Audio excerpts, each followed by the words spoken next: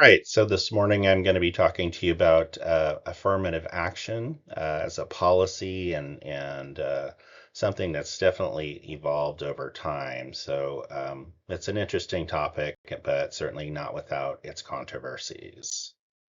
So I'm going to introduce this just by saying that the Supreme Court has kind of a dual role in civil rights in terms of restriction of certain civil rights and protection of civil rights. And so affirmative action question is really interesting. And we're going to look at least two cases today, trying to understand this. What are the implications of affirmative action policies, for example, in relationship to the Constitution. So let's move on here.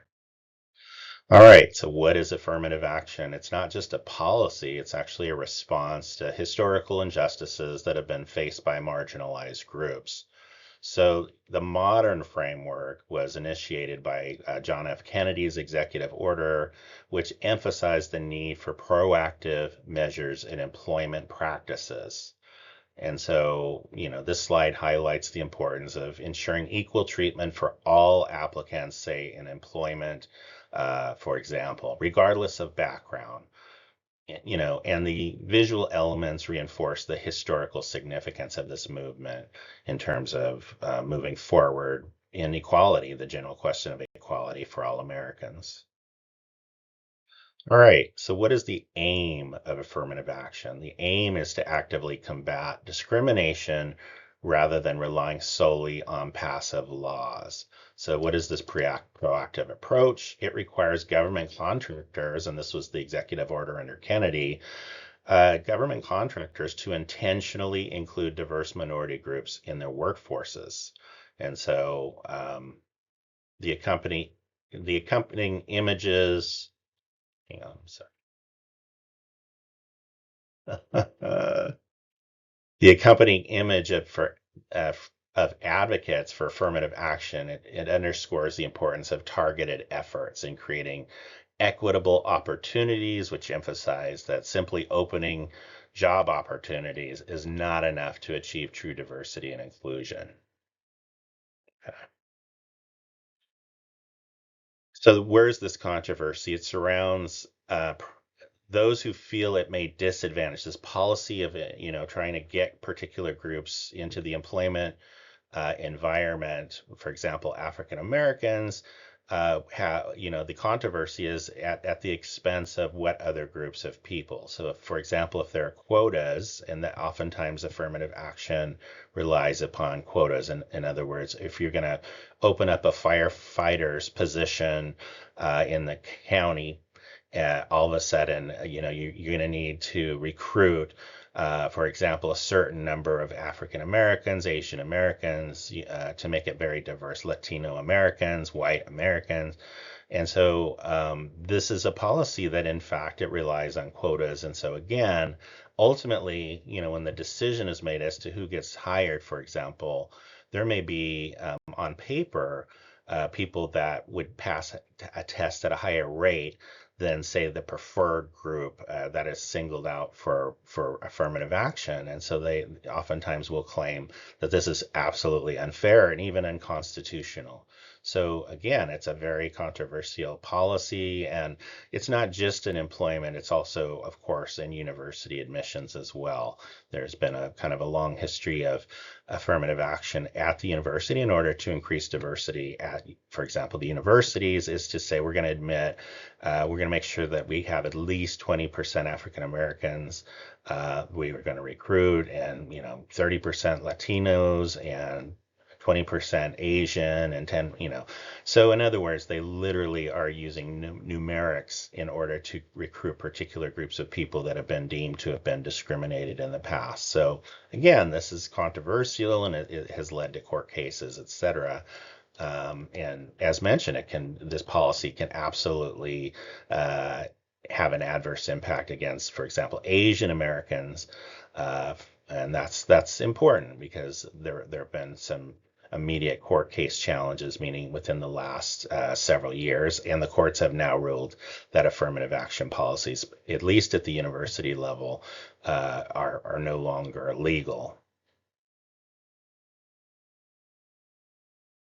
So this raises a question, and it's an interesting idea that the Constitution, is our Constitution colorblind or not? It's a critical aspect of the discussion surrounding affirmative action. And so some Supreme Court justices would say, well, they take a neutral stance on race, while others would say, no, we need to allow for classifications and we need to work, support policies, government policies that benefit historically marginalized groups. In other words, they're very supportive of affirmative action. So there has been a deep division, over the decades related to affirmative action and how the government might intervene on this. Okay.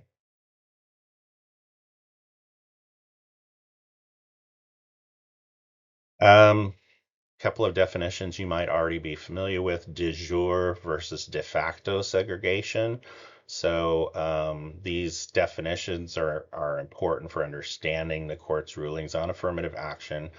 To remind, de jure segregation, this is enforced by law. De jure segregation enforced by the law. De facto segregation results from personal choices and societal dynamics. And so, examples of these are, for example, de facto segregation would be groups of people leaving, like the northern migration, for example, of African Americans from the South leaving en masse.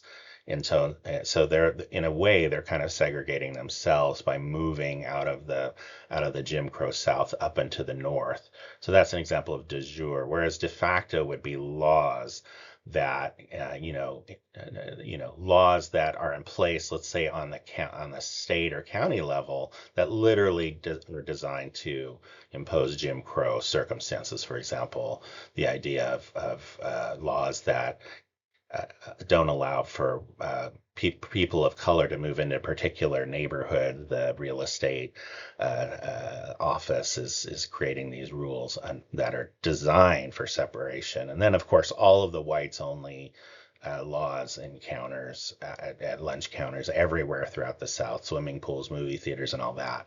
Those are absolute examples of de jure segregation. So these are obviously, it's hard, in my opinion, it's kind of keep these straight because they're based on what, like Latin terms, de jure and de facto. All right, so our first case, a major case related to affirmative action, was the University of California versus Backey, I believe, and this was in 1978, and it involved a gentleman, a white gentleman who was, trying to get into the medical school at the university. I believe it was UC Davis, possibly.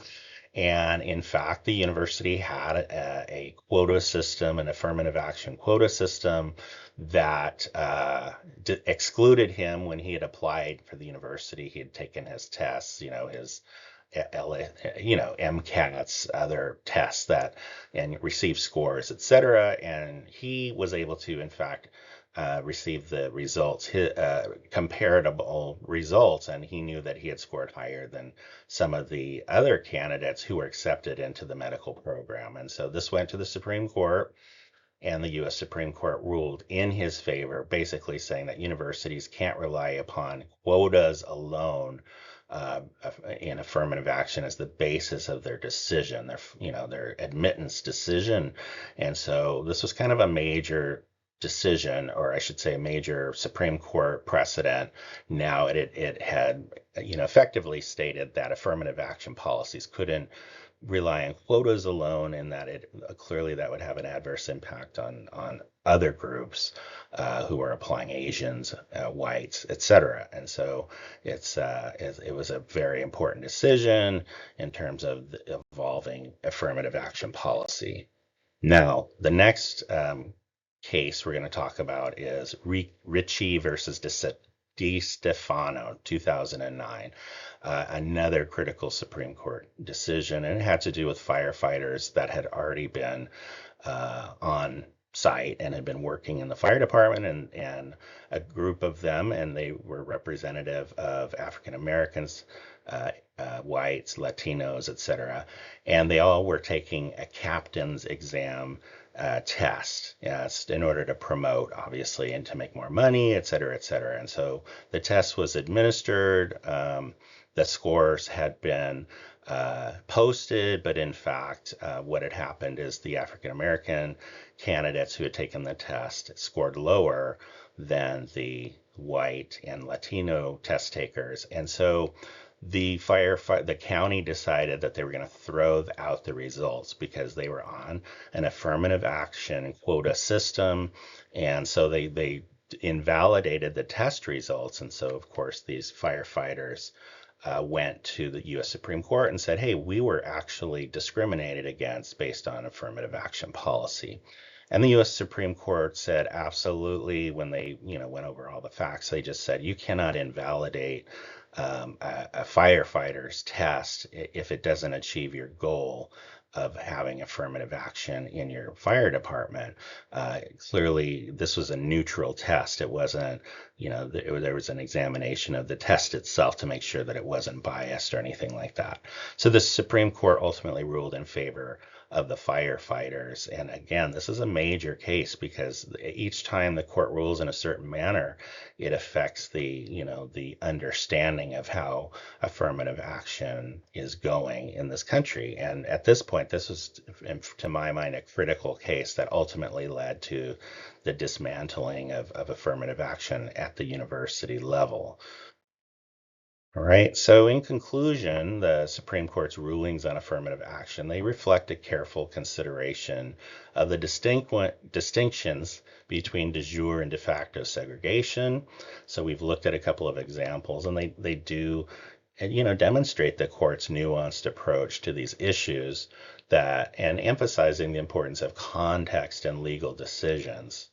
And so this is a really important reminder that the Supreme Court's role is critical in shaping the civil rights in terms of what's going on in terms of fairness and et cetera. And at this point, like I said, I think affirmative action is gone. And increasingly gone. I believe Trump actually did away with affirmative action for federal contractors related to the Kennedy decision, one of the earliest decisions. And so we'll see where this is heading ultimately, but it looks as though affirmative action at this point is nearly dead.